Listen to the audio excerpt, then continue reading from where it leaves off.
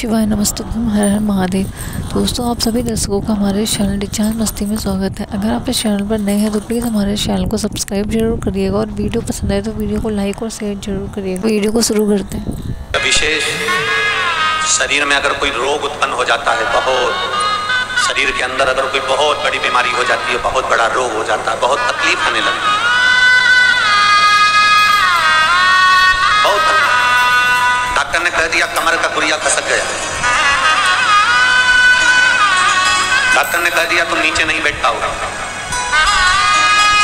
Doctor ने कह दिया तुम्हारी ये हड्डी बढ़ गई है, ये हड्डी का ऑपरेशन करना पड़ेगा। डॉक्टर से जांच करवाते रहो और साथ में एक प्रयोग करते रहो।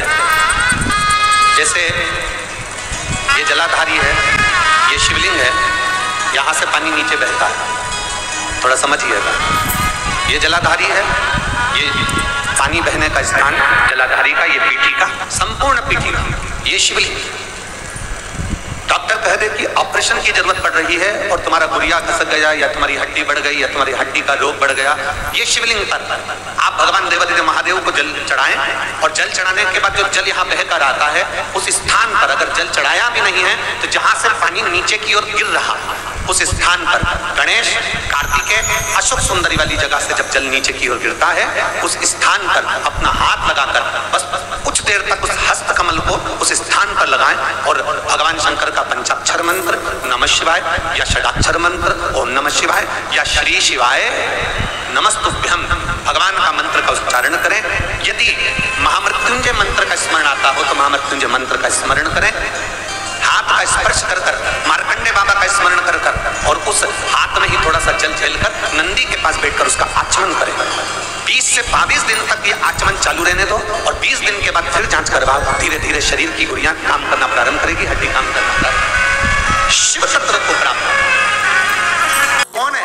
माता पार्वती जी हाथ जोड़कर कहती हैं मेरे एकांत को दूर करने के लिए मेरे एक बेटी को प्रकट किया है और ये हमारे दुख को, हमारे शोक को समाप्त करने वाली है, इसलिए इसका नाम मैंने अशोक सुंदर। मेरी जीजियों,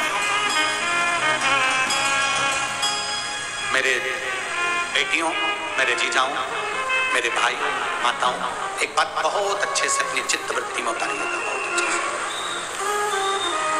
पहले समझ लो कि अशोक सुंदरी का स्थान आप लोगों को तो मालूम है ना सबको। ये जो पीठिका होती है, इस पीठिका में एक देखो, इसको इससे समझो। ये जो पीठिका है, ये पीठिका माता पार्वती जी का हस्त कमल, इस पीठिका ये भगवान शंकर का शिवलिंग हो गया।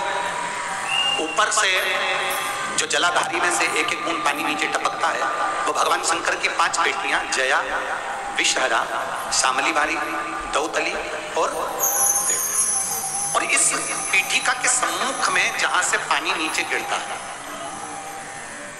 जहां से ये जो भाग आगे जाके होता है जहां से पानी नीचे गिरता है, इसके राइट में श्री गणेश जी, लेफ्ट में श्री कार्तिकेय जी और मध्य में एक मोटी सी, प्रत्येक शंकर के शिवलिंग की जलाधारी में एक मोटी सी बीच में एक लाइन होती है, मोटी सी। वो स्थान अशोक सुंदरी का होता है, वो स्थान अशोक सुंदरी का होता है, उसको अशोक सुंदरी का स्थान। जब विशेष बहुत आपको लग रहा है कि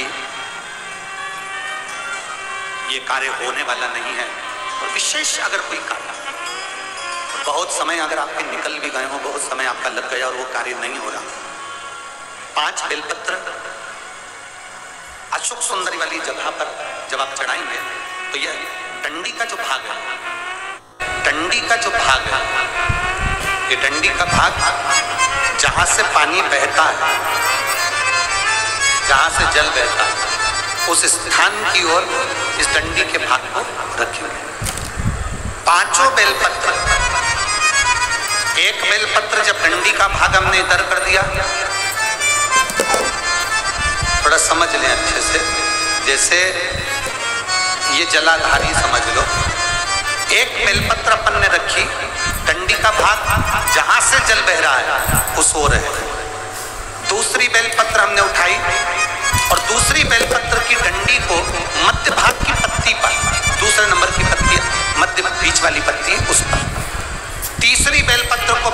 वाली पत्ती पर। इस तरह से 5 बेलपत्र हमें देवादिदेव महादेव को समर्पित करना चाहिए।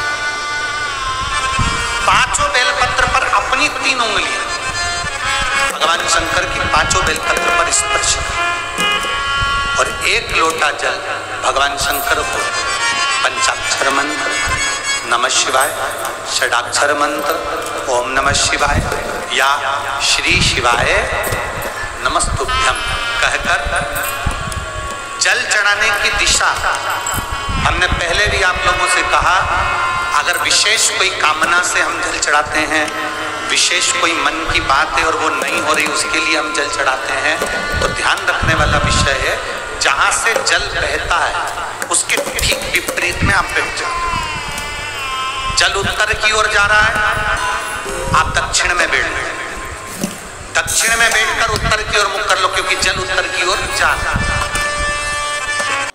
बैठना इधर होना चाहिए। इधर जल जा रहा है तो आपका बैठना हम जहां बैठे ऐसा होना चाहिए। इधर जल जा रहा है तो आप जैसे बैठे हो वैसा होना चाहिए। वहां बैठकर 5 बेलपत्र रखकर उंगली का स्पर्श कर पंचाक्षर मंत्र या षडाक्षर मंत्र या श्री शिवाय नमस्तुभ्यम बोलकर फिर जल की धार दोनों हाथ से देवादिदेव महादेव को अपने मन की कामना कर अशोक सुंदरी से अपने दिल की बात कहते हुए चढ़ाई। 2 या 2.5 महीना होगा और देवादिदेव महादेव आपका वो कार्य सफल करेगा। तो मेरा बेटियों से निवेदन, कोई कह दे कि हमारी शादी 30 साल तक नहीं हुई, 35 साल तक नहीं हुई, 40 साल तक शादी नहीं हो रही, बेटा बेटी तुम्हारे, मैं उनसे निवेदन करूंगा सोमवार की अष्टमी, जिस दिन सोमवार हो, अष्टमी तिथि हो, उस दिन अशोक सुंदरी वाली जगह पर अगर आप केवल हाथ का स्पर्श मात्र कर लो अशोक सुंदरी वाली जगह पर और श्री शिवाय नमस्तुभ्यम का स्मरण कर लो, अशोक सुंदरी वाली जगह पर सोमवार की अष्टमी के दिन अगर आप शंकर भगवान के अशोक सुंदरी वाली जगह का मात्र स्पर्श कर लेते हो, ऐसा कोई व्यक्ति नहीं होता जिसका विवाह ना हो। विवाह होता है, निश्चितता है।